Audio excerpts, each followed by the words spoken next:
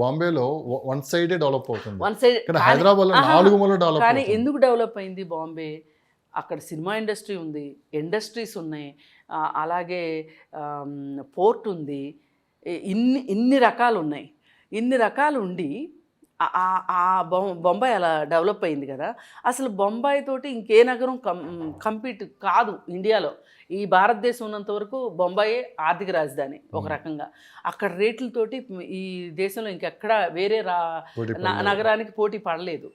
కానీ కొన్ని చోట్ల, ఇప్పుడు మన జూబ్లీ హిల్స్లో కొన్ని చోట్ల బాంబేతో సమానమైన రేట్లు ఉన్నాయి కొన్ని చోట్ల.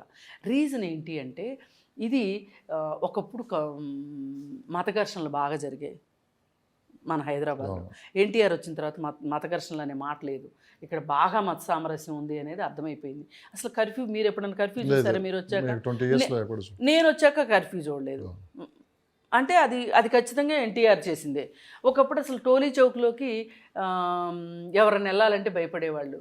అసలు గండిపేటకి ఎవరు వెళ్ళేవాళ్ళు కాదు. ఎన్టీఆర్కి అక్కడ ల్యాండ్ ఉంది, ఆయన అక్కడ ఆఫీస్ లాగా పెట్టుకున్నాడు, ఆశ్రమంలో ఉండేవాడు. ఈ ఐఏఎస్ ఆఫీసర్లు అందరూ తెల్లవారుజామున వెళ్ళేవాళ్ళు ఆయన దగ్గరికి.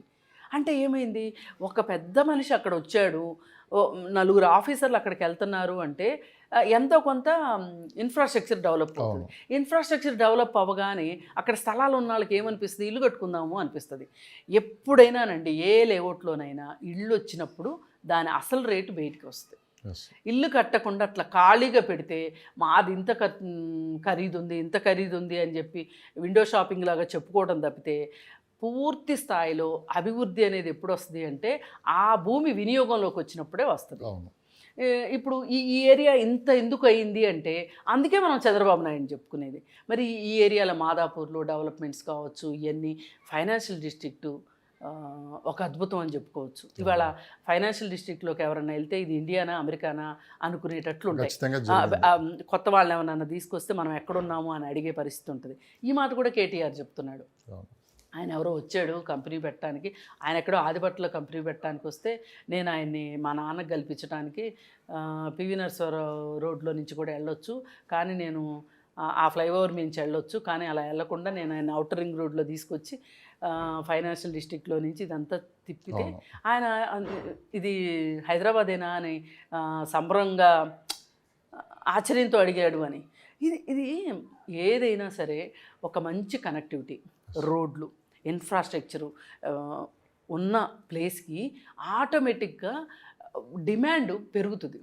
అది ఎంత పెరుగుతుంది అంటే, ఇప్పుడు ఈ ఇన్ఫ్రాస్ట్రక్చర్ ఇవన్నీ లేనప్పుడు ఒక 5,000 ఉందనుకుందాం, ఇమ్మీడియట్గా ఈ ఇన్ఫ్రాస్ట్రక్చర్ వస్తుంది అని తెలిస్తేనే 10,000 అయిపోతుంది. రావడం మొదలైన తర్వాత 20,000 అవుతుంది, వచ్చేసిన తర్వాత 50,000 అవుతుంది. 50,000 అయిన తర్వాత ఏమవుతుంది, జనాలు అక్కడికి రావడం మొదలెడతారు, ఇల్లు కట్టుకోవడం మొదలెడతారు. ఇప్పుడు మణికొండ పరిస్థితి ఇదే కదా అయింది. ఒకేసారి ₹1,00,000 వెళ్ళిపోయింది. వాళ్ళు ₹1,00,000 అంటే కొనేవాళ్ళు ఉన్నారు కానీ అమ్మేవాళ్ళు లేరు. ఇప్పుడు మణికొండలో మీకు ఎంత అడిగినా సరే ఎవరన్నా బాగా డెడ్లీ నీడు అంటే ఏదైనా పిల్లల పెళ్ళిళ్ళు, ఫారిన్ పంపించుకోవటం, చదువులు, అట్లాంటి వాటికి ప్లాట్లు అమ్ముకుంటున్నారు తప్పితే అదర్వైజ్ ఎవ్వరు ప్లాట్లు అమ్మట్లా. ఇప్పుడు ఉన్నోళ్ళందరూ అమ్మరు. ఇంకా వాళ్ళకి అర్థమైపోయింది మణికొండలో మనం ఆ రోజు 2,000 పెట్టి కొనుక్కున్నాము, ఇవాళ దాంట్లో ఒక ఇల్లు వేసామనుకోండి, దాన్ని రెంట్కి ఇచ్చుకున్నాం అనుకోండి, స్థలం కాస్ట్ ఒక రకంగా వాళ్ళకి ఫ్రీగా వచ్చినట్టే కదా. ఇంటి కాస్ట్ వస్తే చాలు కదా, దాని మీద వడ్డీ వస్తే చాలు కదా వాళ్ళకి. ఇంకా అలాంటి వాళ్ళు బ్యాంకులో ఫిక్స్డ్ వేసుకునే కన్నా ఇప్పుడు మీకు ఒక్కరోజు ఖాళీ ఉండట్లేదు మణికొండలో అపార్ట్మెంట్స్. మరి మణికొండ డెవలప్మెంట్ ఇది. ఈ మణికొండ నెమ్మదిగా పుప్పాలగూడకి, నెమ్మదిగా నార్సింగ్కి, ఒకప్పుడు నార్సింగ్ అంటే అదే ఊరవతలు అనుకునేవాళ్ళు.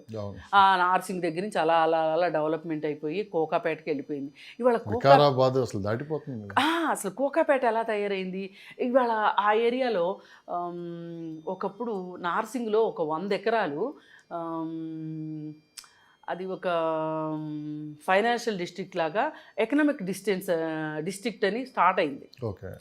కానీ ఎందుకో ఏదో ఒక కారణంతో అప్పుడు వాళ్ళకి ఏవో పర్మిషన్స్ రాకనో ఏమో అంబానీస్ కొనుక్కున్నారు ఆ ల్యాండ్ని ఆక్షన్లో. ముఖేష్ అంబానీ, అనిల్ అంబానీ తీసుకున్నాడు. కానీ అనిల్ అంబానీ తీసుకున్నాడు కానీ ఆ ల్యాండ్ని ఆక్షన్లో పాడుకున్నాడు కానీ అతను చేయలేకపోయాడు డబ్బులు లేక, అందుకే ఆగిపోయింది అది. మీరు outer ring road Narsing bridge దాటిన తర్వాత రైట్ సైడ్ ఒక కొండ, లెఫ్ట్ సైడ్ ఒక కొండ ఉంటాయి. అవును మేడం. ఆ రైట్ సైడ్ కొండ అది 100 ఎకరాల కొండ. ఓకే. ఇప్పుడు వాళ్ళ దగ్గరే ఉంది. కానీ అది ఎప్పటికైనా సరే నెక్స్ట్ డెవలప్మెంట్ అక్కడ వస్తుంది, ఆ 100 ఎకరాల్లో వస్తుంది. దాని చుట్టూ మొత్తం డెవలప్ అయిపోయింది, అదొకటే ఆగింది. ఇప్పుడు ఎన్సీసీ అర్బన్ అని అపార్ట్మెంట్స్ వచ్చినాయి. అపార్ట్మెంట్స్ వచ్చిన తర్వాత దాని తర్వాత ఫ్లైఓవర్ ఉంది. ఆ ఫ్లైఓవర్ అవతల అనమాట ఈ ల్యాండ్. ఆ చుట్టూ చాలా విల్లాస్ వచ్చినాయి. దాని తర్వాత మనకి పోలీస్ అకాడమీ వస్తుంది. అంటే అప్పా జంక్షన్ వస్తుంది. అప్పా జంక్షన్కి ఈ బ్రిడ్జికి మధ్యలో ఈ రైట్ సైడ్ ఉంటుంది అనమాట ఆ కొండ. మరి అక్కడ ఇంకొకటి ఏమైందంటే ఒక 500 ఎకరాలు డీర్ పార్క్ ఉంది. అది కంపల్సరీ సెంట్రల్ రిజర్వ్ ఫారెస్ట్, అది మారదు. మళ్ళీ ఇంకొంచెం ముందుకెళ్తే అక్కడ 111 జీవో, అక్కడేమి పెద్ద పెద్ద కన్స్ట్రక్షన్స్ రావు. అందుకని ఏమైపోతుంది, ఈ గండిపేటలో ఎక్కడైతే మనకి నివాసయోగ్యంగా పర్మిషన్స్ అన్నీ వచ్చి కట్టుకోగలమో దానికి విపరీతమైన డిమాండ్ వచ్చింది. అంటే ఇక మీకు మనం బాంబేలో ఎట్లయితే తీర ప్రాంతం సముద్రం పక్కన దానికి డెవలప్మెంట్ ఆగిపోయిందో ఇక్కడ కూడా అట్లా డెవలప్మెంట్ ఆగిపోయింది. అంటే ఈ జూబ్లీ హిల్స్కి గండిపేట చెరువుకి మధ్యలో ల్యాండ్కి అంత డిమాండ్ వచ్చింది. మళ్ళీ గండిపేట చెరువు అవతల అది ఎగువ ప్రాంతం కాబట్టి, చెరువుకి ఎగువ ప్రాంతం కాబట్టి 111 జీవో, అక్కడేమి ఫామ్ హౌస్లే కట్టుకోవాలి. ఈ మధ్యకాలంలో ఏదో ఒక చిన్న ఒక చమక్కు బయటకు వచ్చింది, 111 జీవో రద్దు చేస్తారు అని. కానీ అది 111 జీవో రద్దు కాదు. ఎందుకంటే ఈ ఏరియా ఈ మాత్రం ఇంత జీవ వైద్యం ఉండాలి అంటే, గ్రీనరీ డెవలప్మెంట్ ఉండాలి అంటే, వాటర్ ఉండాలి అంటే గనక, అంటే పర్యావరణం రక్షణ ఉండాలి అంటే అలా కొంత ల్యాండ్ ఉండాలి. చెరువులు కావచ్చు, అటవీ ప్రాంతం కానీ ఉంటేనే బ్యాలెన్స్ అవుతుంది. ఇప్పుడు మీరు కేబీఆర్ పార్క్ చుట్టుపక్కల చూడండి, వేరే చోట్ల వేడికిను కేబీఆర్ చుట్టుపక్కల డిఫరెన్స్ ఉంటుంది. మనం ఆ ఏరియాకి రాగానే ఒక చల్లటి ప్రాంతంలోకి వెళ్ళామనే ఫీలింగ్ వస్తుంది మనకి. అలా బ్యాలెన్స్ కోసం పార్క్ లోపలికి వెళ్ళినా కానీ బయట నుంచి సౌండ్స్ కూడా రావు. అంటే ఇదంతా ఏంటంటే ఒక సైంటిఫిక్గా డెవలప్ అవుతున్న ఏరియా లాగా తయారయ్యింది. అదృష్టవశాత్తు అలా, అంటే ప్రకృతికి ప్రజలకి ఆ మాత్రం ఇక్కడ ఒక అనుబంధం ఉంది, సహకారం ఉంది అనే పరిస్థితిలో ఈ ఏరియా డెవలప్ అయింది. ఈ డెవలప్ అయిన తర్వాత ఇప్పుడు ఇంకా మరి ఇల్లు కట్టుకోవాలి అనుకున్న వాళ్ళకి ఏం జరగాలి, మరి 111 జీవో అవతలనే ఇల్లు కట్టుకోవాలి.